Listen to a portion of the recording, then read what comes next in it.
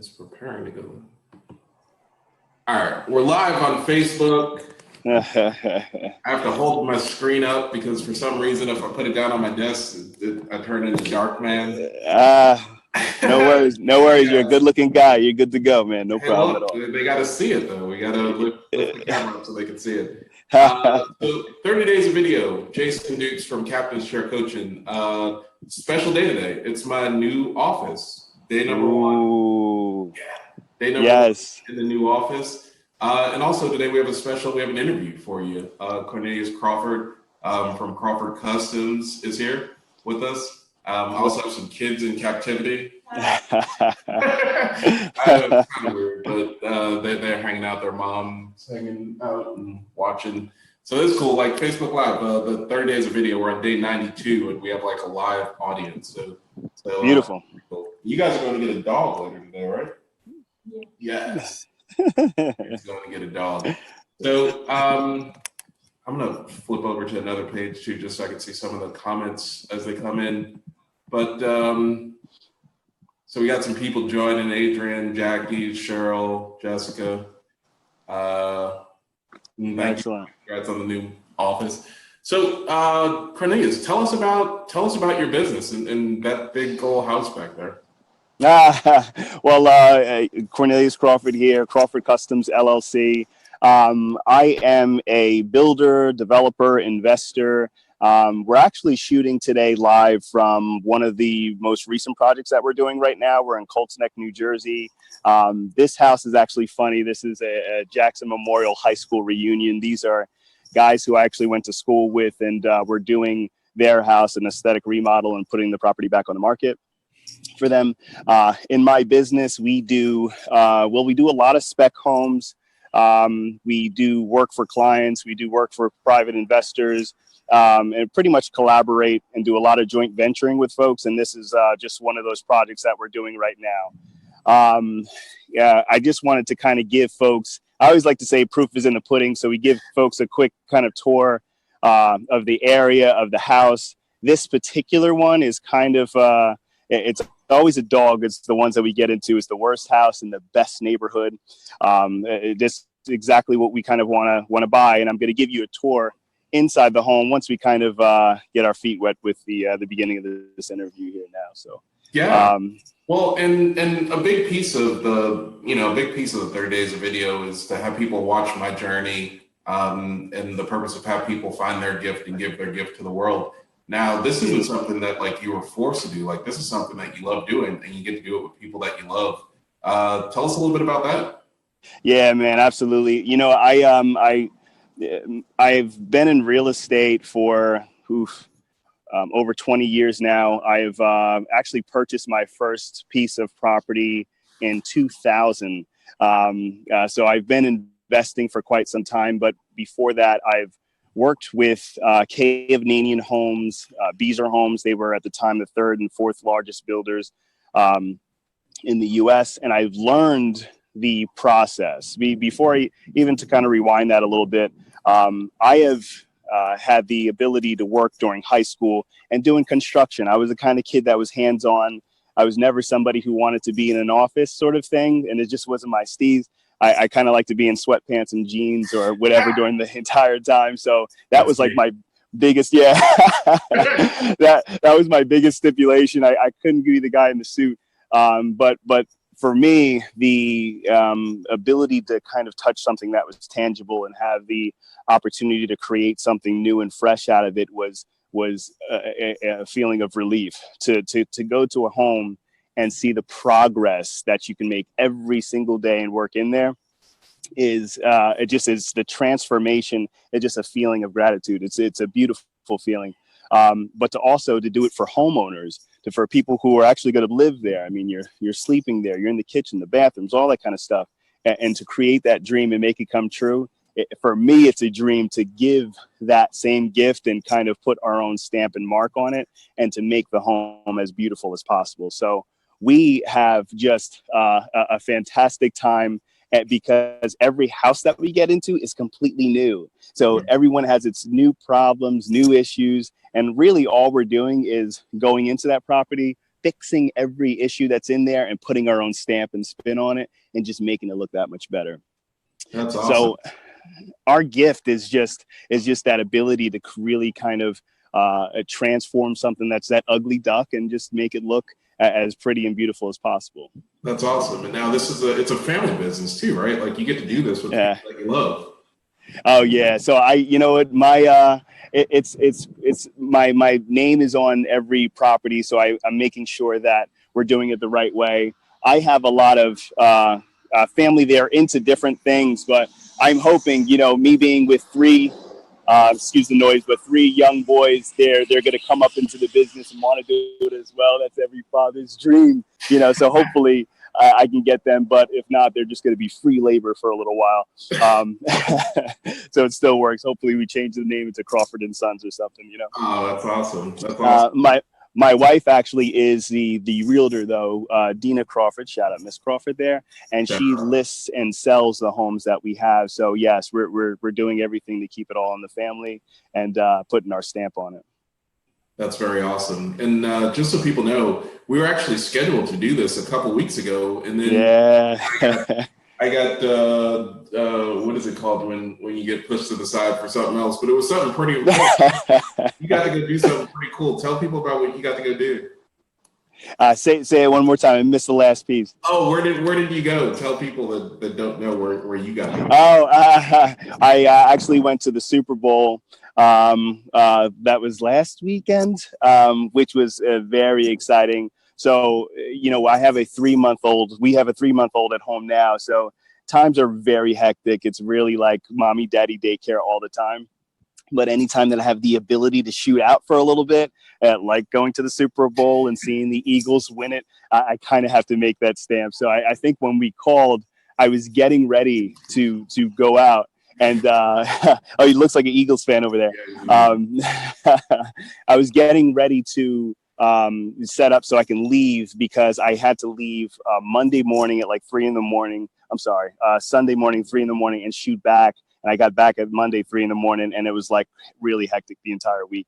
But that was the time that we had. And then it's in the midst of doing a ton of other projects in the meantime. So we actually do a combination, again, like I was saying, of spec homes, client homes.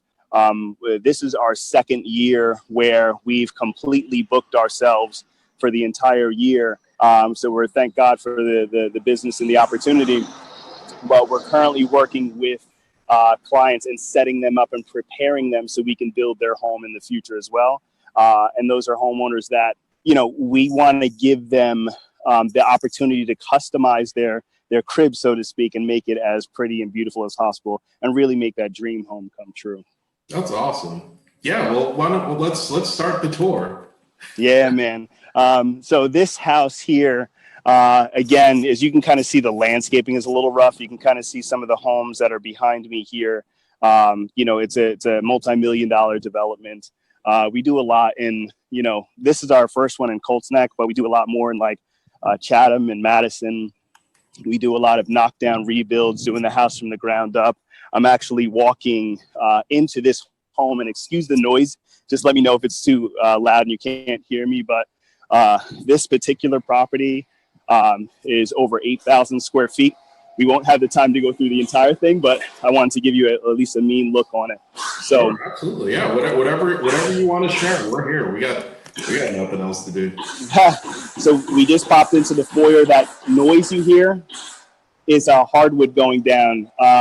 In the foyer, there's a dining room over here. You can see the hardwood that's in there. Gentlemen are getting ready to put down a herringbone pattern inside the foyer. You kind of see how he's going to start to lay those out really nicely. You walk through the foyer, it kind of has this grandiose entrance, 15, 16-foot ceilings. I'm sorry.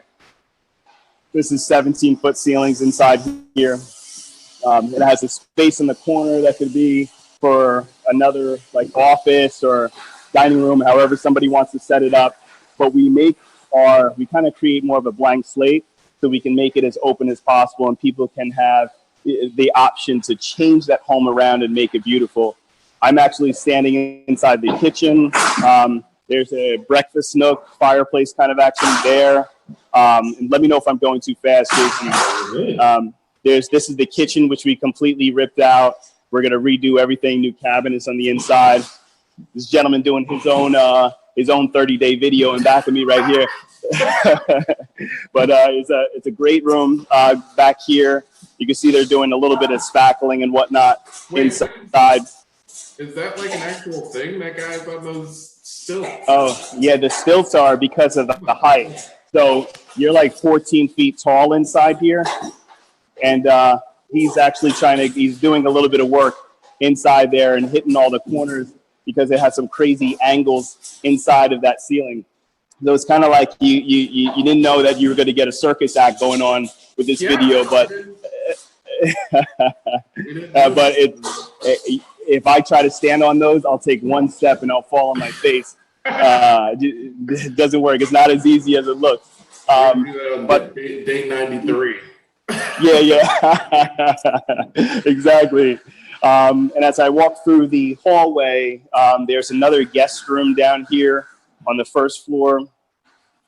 Inside, the guest room has a bathroom inside there. There's a mud room in the far back right off of the garage. What we're doing, again, is more of an aesthetic cleanup in here, replacing all the existing tile, replacing the hardwood, changing all the trim that's around here, giving this a modern facelift.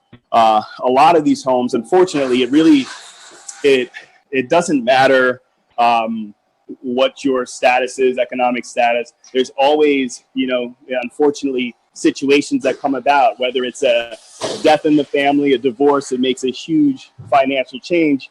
And, sometimes people can't hold on to those, existing homes and means that they had before. So they end up getting into a situation where it's either they get into foreclosure or they end up having to just get that home out of their pocket. So we end up picking those homes up, usually for a good price, pennies on the dollar.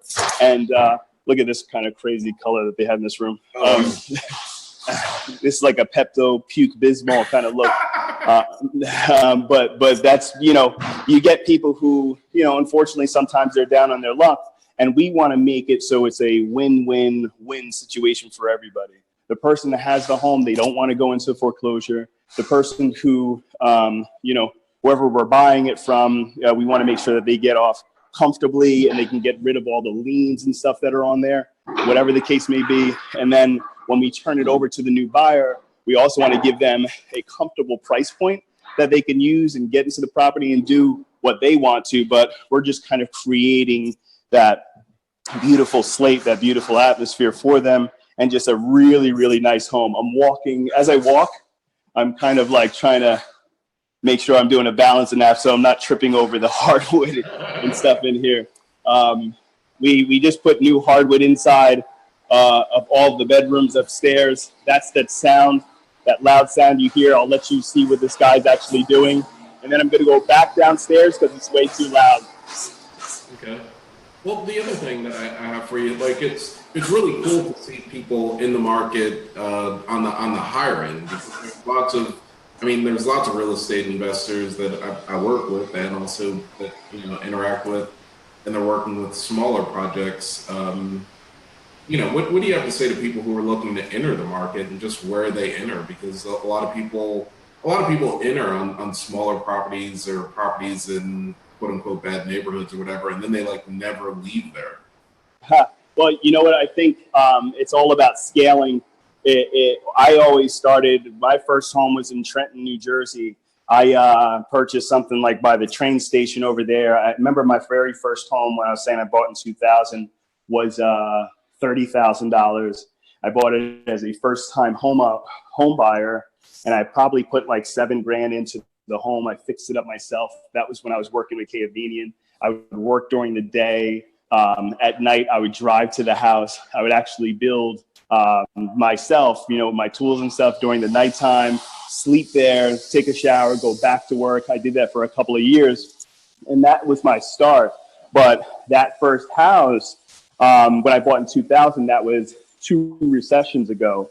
So I was on what's called that real estate cycle, that incline, and that property doubled in appreciation. So that same $30,000 property was worth $60 by the time I was finished. And that gave me my first chunk that I used to invest into another house. So every time I did that, I kind of, I learned that money is kind of simple. It's kind of boring if you just keep your routine and you keep focused on exactly the goal and the plan of what you want to do. And I did that same routine, buying, fixing, flipping, going to the next property, or refinancing, depending on the situation. And I learned that I can either stay right here where I was doing and make the 20, 30 grand, or I can take that leap and jump. So, when it comes to investing, regardless if you're spending $100 for one of our classes that you walk into, or if you're spending $10,000 to purchase your first home in, an urban neighborhood or wherever the neighborhood, just to kind of get your beak wet, that same amount of money, every time you have it, you're increasing it and you're not touching it. I think that the problem with a lot of investors is that you see the money and you use it to, pay off different debts, or maybe take a vacation, or do something where the discipline might not be there to reinvest that money again. Mm-hmm. So our job was, what we saw is that once we took that money and we invested it, we kept stacking that amount of money or reinvesting that money back into a similar boring situation. And then we would go to different neighborhoods, more of a suburban neighborhood, start with something that was $80,000 next, $100,000, $150,000, and just kept going up a little bit higher, but still doing the same game plan, which is buying that ugly duck in one of the better neighborhoods, putting our spin on it and keeping our margins very tight.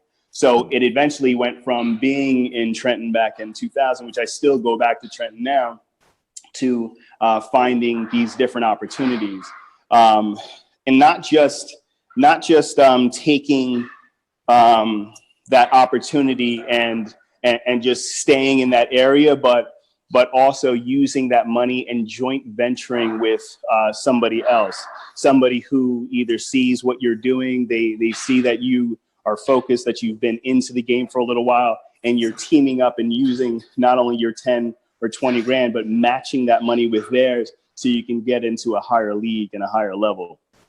And every time we did that, the rewards from that, the profit margins would continue to get greater. The jobs would get more difficult as it comes. But the bigger the house, which really doesn't make, it doesn't really matter. It could be a big house, it could be a small house.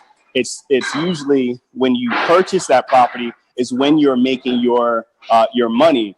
If you can purchase it for a smaller amount, then yeah, you can get in there and hopefully your profit margins are a little bit bigger, and you just keep going from there. So I always would recommend to people that here's a shot of the master bedroom really quick. They're prepping the hardwood inside there, and I'm in the guy's way. They're like, "What are you doing in here?" They know me though. I'm all over the place. So I guess to answer the question is, you kind of have to stay disciplined. You have to stay focused on your ultimate goal. And once you start teaming up with other folks, not being afraid and not having these egos and stuff, but realizing that you're actually taking your money and you're somebody that can reinvest that money again and make great returns, pay those interest off to your investors, then you slowly see a growth and more people actually saying, hey, this is somebody that you can actually work with, where we can both get money together, and then you continue to just make strides and doing the right thing. Thank you. Wow. Yeah, thanks for sharing. I think it's so important for people to just hear the story and hear how you made it, see that you found your gift and giving your gift to the world. How do the people out there listening, how do we find you? How do we help? What's next? So you can go into CrawfordCustomsLLC.com. That's my website. You can see some of the latest, actually one of the latest projects that we've built. You'll probably get that more on Instagram, but my Instagram is Cornelius6015. My website, you can kind of get my general information, contact information. My cell phone is kind of everywhere. There's my logo there, my information. The same thing is on my back. But if they want to actually learn more about investing, usually every quarter or every like 2 months, we actually have a different club. And the people who end up signing up on our email, we're sending you out information of deals that we're doing. These are investors who are very serious, who are ready to go, who usually act and are able to provide funding within like a 24-hour period. And even if it's something that you're not ready at this point now, at least when you come to some of the classes, you're understanding different projects that we're doing, different levels of investments. It could be, there's other information about that that I can send you via the email link, but just for people to get. Yeah, I'll tell you, in the comments, after we're all done, just go back in the comments and just put as much information there that you can so people can click on it. And beautiful. Yeah. Beautiful. That's so awesome. Any last thought to some people to help them find their gift and give their gift to the world? You know what? I think for me, real estate is a passion. I actually love doing what I'm doing. So not only are we on site working on the project, but my wife kind of knows now, and she doesn't think I'm crazy anymore. But when I'm finished with the work, I'm usually reading magazines on different designs, different looks, different trends and stuff that are happening into the market, which means that, even in my downtime, I'm looking for just interesting caveats or different ways that I can switch it up or make my brand better. But it's because I have a love for it. It's not just the money. So once you really have to take that time of whatever you're trying to do and whatever your gift is, finding that and exploring that as much as possible, and then finding a way that you can actually make money by that gift.